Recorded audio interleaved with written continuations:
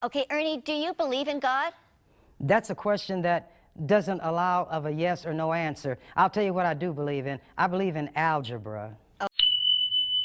Dalam video, diceritakan bahwa Chamber merupakan seorang yang labil.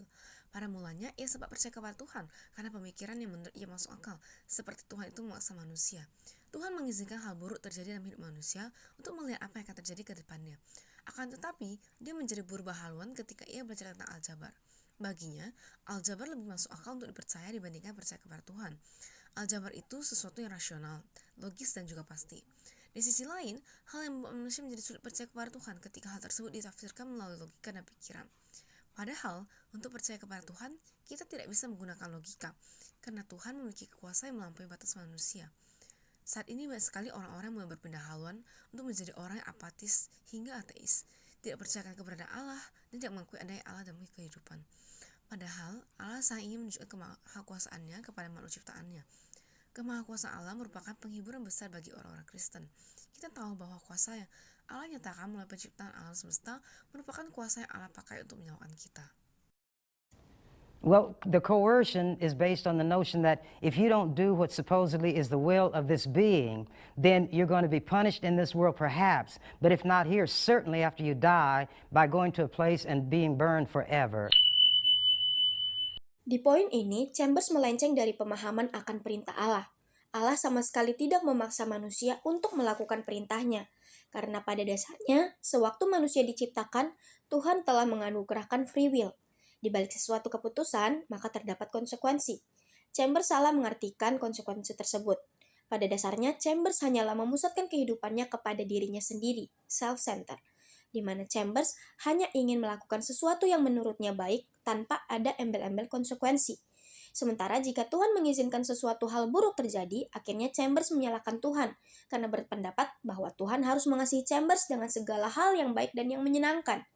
Sementara itu, Chambers juga menginginkan segala hal yang pasti, sementara dunia ini menawarkan ke kita kepastian, sehingga dapat disimpulkan bahwa pandangan Chambers tentang pemaksaan Allah adalah salah. Tuhan mengizinkan dunia mengalami penderitaan agar manusia dapat melihat kemahakuasaan dan keluarbiasaan Allah.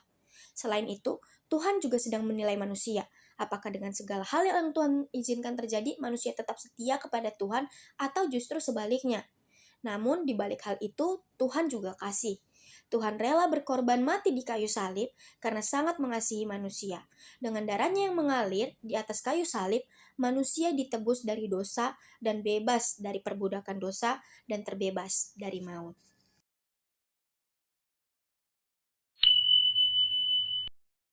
Berdasarkan statement yang Chambers katakan, terlihat bahwa Chambers merupakan seorang yang pada dasarnya meragukan Allah dan memilih untuk lebih percaya terhadap algebra, di mana pernyataan Chambers bertolak belakang dengan beberapa pernyataan lainnya.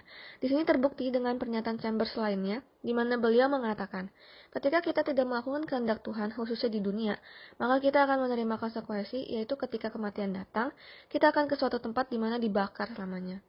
Nah, di sini membuktikan bahwa Chambers sendiri keberatan akan hal itu. Terlihat juga bahwa beliau mengakui adanya kehidupan setelah kematian ketika ia menyinggung ke suatu tempat untuk dibakar selamanya, di mana kita tahu yang ia maksud merupakan penghakiman antara surga ataupun neraka. Sehingga pernyataan ini tuh secara tidak langsung membuktikan bahwa ia mengakui adanya kehidupan setelah kematian yang ditentukan oleh perilaku di dunia. Ia merupakan seorang yang lebih percaya dengan algebra, di mana ketika dipikirkan lagi secara algebra, adanya kehidupan setelah kematian ini tidak dapat dibuktikan secara algebra ataupun sains.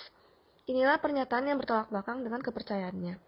Namun, nyatanya Tuhan sudah menebus manusia dari dosa dengan mati di kayu salib, sehingga manusia diselamatkan oleh Allah dan hanya karena anugerah Allah. Sehingga kehidupan setelah kematian tidak hanya dihakimi berdasarkan perilaku saat di dunia, melainkan perlunya beriman dan percaya kepada Tuhan. Sehingga kita harus menyadari bahwa Tuhan selalu berkehendak dengan tujuan atau maksud tertentu, di mana ia memiliki rencana yang tidak bisa dimengerti, sebab rencananya emang terkadang lebih dari apa yang kita pikirkan, meskipun itu memiliki ending yang baik maupun buruk. Sehingga sudah seharusnya kita hanya berserah kepada Tuhan dan mengandalkan kekuatannya, atau dengan kata lain percaya kepadanya. Sebab tidak ada hal yang harus diragukan ketika Allah telah berjanji kepada orang yang percaya kepadanya, sebab ia tidak pernah mengingkari janjinya. Sesuai dengan setiap statement yang dinyatakan oleh Chambers, dapat diketahui bahwa sebenarnya ia mengakui keberadaan dan kemahakuasaan Allah. Tetapi ia tidak mengakui keberadaan Roh Kudus dan malah menghujat Roh Kudus dengan segala tindakannya yang berusaha ingin menggugat Allah. Namun pada hakikatnya, Allah dan Roh Kudus adalah satu pribadi dalam konsep Tritunggal. Di dalam Alkitab Perjanjian Lama maupun Perjanjian Baru memang tidak secara eksplisit menuliskan istilah Allah Tritunggal. Tetapi keberadaan Bapa, Putra, dan Roh Kudus tersirat di dalam berbagai ayat. Seorang teolog yang bernama Tertullianus merupakan orang pertama yang menggunakan kata Trinitas. Kata Trinitas ini diambil dari bahasa Latin, Trinus dan Unitas, yang berarti tiga serangkai atau Tritunggal. Trinitas ini merujuk pada Bapa, Putra, dan Roh Kudus. Tertullianus menjelaskan bahwa Bapa, Anak, dan Roh Kudus yaitu satu dalam esensi, bukan satu dalam persona. Oleh sebab itu, terjadi berbagai pertentangan. Kemudian diadakannya Konsili Nikea. Konsili ini menetapkan bahwa Bapa dan Anak adalah satu hakikat. Kemudian disempurnakan dengan merumuskan secara pasti bahwa Roh Kudus adalah Allah. Hal ini dimaksudkan bahwa Roh Kudus sehakikat dengan Bapa dan Anak. Pengakuan iman Nikea Konstantinopel merumuskan kesejajaran antara Allah Bapa, Anak, dan Roh Kudus atau disebut Allah Tritunggal sebagai tiga pribadi dalam satu esensi. Melalui video terdapat penyimpangan atribut Allah oleh Chambers. Sekalipun ia mengakui kemahakuasaan Allah, tetapi ia tidak mengakui kedaulatan dan ketidakberubahan Allah.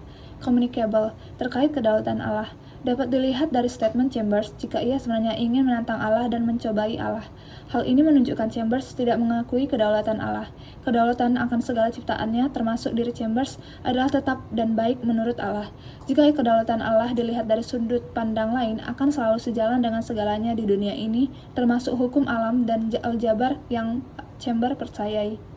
Namun, keterbatasan Chambers dalam menjalin relasi dengan Allah dan memahami maksud Allah dalam kehidupan Chambers yang menjadikan Chambers memiliki sudut pandang yang diyakininya saat itu. Tujuan Allah mengizinkan hal tersebut terjadi yakni sebagai pembelajaran dan meneguhkan iman serta merefleksikan atau evaluasi diri yang akan diterima oleh Chambers. Yang kedua, incommunicable terkait ketidakberubahan Allah. Meski Chambers menggugat Allah, kedaulatan Allah adalah tetap dan tidak berubah. Allah tidak berubah bukan berarti ia tidak bergerak atau diam atau pasif, di mana segala sesuatu terjadi atas izin, rencana, dan ketetapannya. Selain itu, rencana dan ketetapannya tidak tergantung pada dinamika dunia seperti hukum yang berlaku di setiap negara yang terjadi saat penuntutan dilakukan oleh tokoh-tokoh lain seperti narapidana. Kemudian ketidakterbatasan Allah yang meliputi incommunicable.